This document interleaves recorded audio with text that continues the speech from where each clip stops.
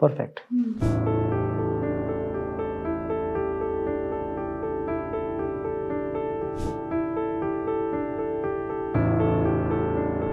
Interview के दौरान जब हम बात कर रहे थे, आप भी कुछ बता रही थी कि मुझे भी कुछ इशू है। यस सर, एक्चुअली मुझे माइग्रेन का इशू रहता है, क्योंकि ज़्यादातर जैसे आपने कहा था ना कुछ ट्रिगर फैक्टर्स होते हैं, तो मेरे साथ भी ये सेम है।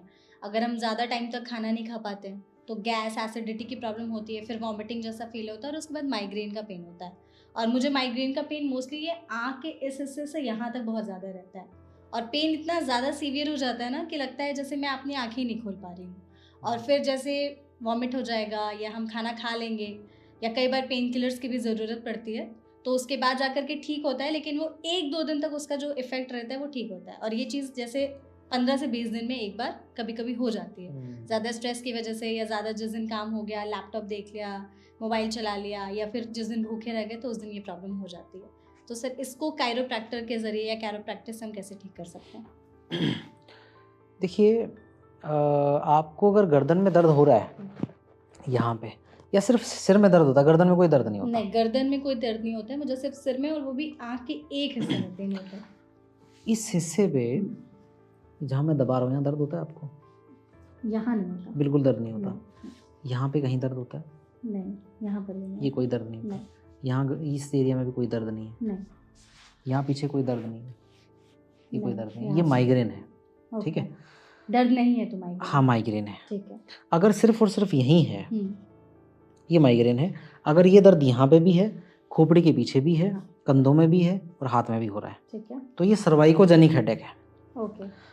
सर्वाइकोजेनिक हेडेक 85% मामलों में होता है, 15% मामलों में सिर्फ माइग्रेन होता है। ओके। दोनों के बीच में यही पतली लाइन है। माइग्रेन सिर्फ यहीं दर्द करेगा, सिर्फ आगे आगे दर्द करेगा, आंखों पे दर्द करेगा। सर्वाइकोजेनिक पीछे की तरफ भी करेगा, राइट? अब हम लेते हैं माइग्रेन का एग्जांपल कि माइग्रेन को हम कायरोप्रैक्टिक से कैसे ठीक करते हैं। मेनली जो नर्व्स होती हैं पीछे वाली, ये ऑक्सीपिटल नर्व्स होती हैं यहाँ पे, राइट? ज़्यादातर लोगों को खाना लेट खाने से, एसिडिटी होने से, स्ट्रेस में रहने से सबसे पहले तो ये नसें तन जाती हैं, ये वाली। तो फिर यहाँ पे एक पॉइंट ये होगा और एक पॉइंट ये होगा, ये 3 पॉइंट दर्द करते हैं ज़्यादा, राइट? उसमें नर्व्स को कैसे रिलीज करते हैं कायरोप्रैक्टिक टेक्निक से, तो वो मैं आपको परफॉर्म करने वाला हूँ, ठीक है? सबसे पहले तो हम हड्डी को पाल्पेट करते हैं कि कौन सी दबी है, कौन सी नहीं दबी है। ये एग्जांपल हम ले रहे हैं सर्वाइकोजेनिक हेडेक का, राइट?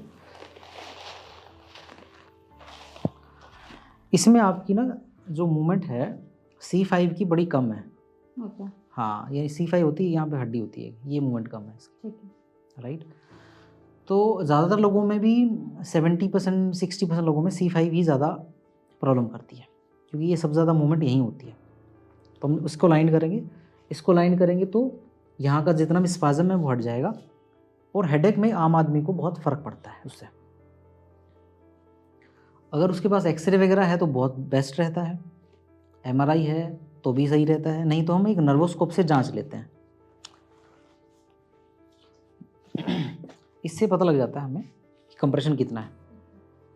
इसमें नंबरिंग होंगी 0 से इस तरफ 20 और 0 से इस तरफ 20, तो हमें ये पता लगेगा कि आपकी लेफ्ट नर्व दबी है या राइट नर्व दबी है। इसकी स्पाइन की नर्व के ऊपर लगाया जाता है, उससे पता लग जाता है।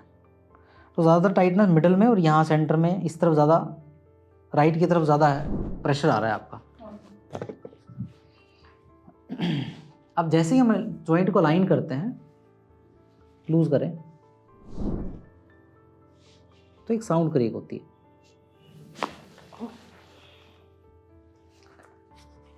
लूज करिए। अब हम C4 को अलाइन करेंगे, परफेक्ट। गर्दन घुमाएंगी हल्का सा, काफ़ी इजी लगेगा आपको।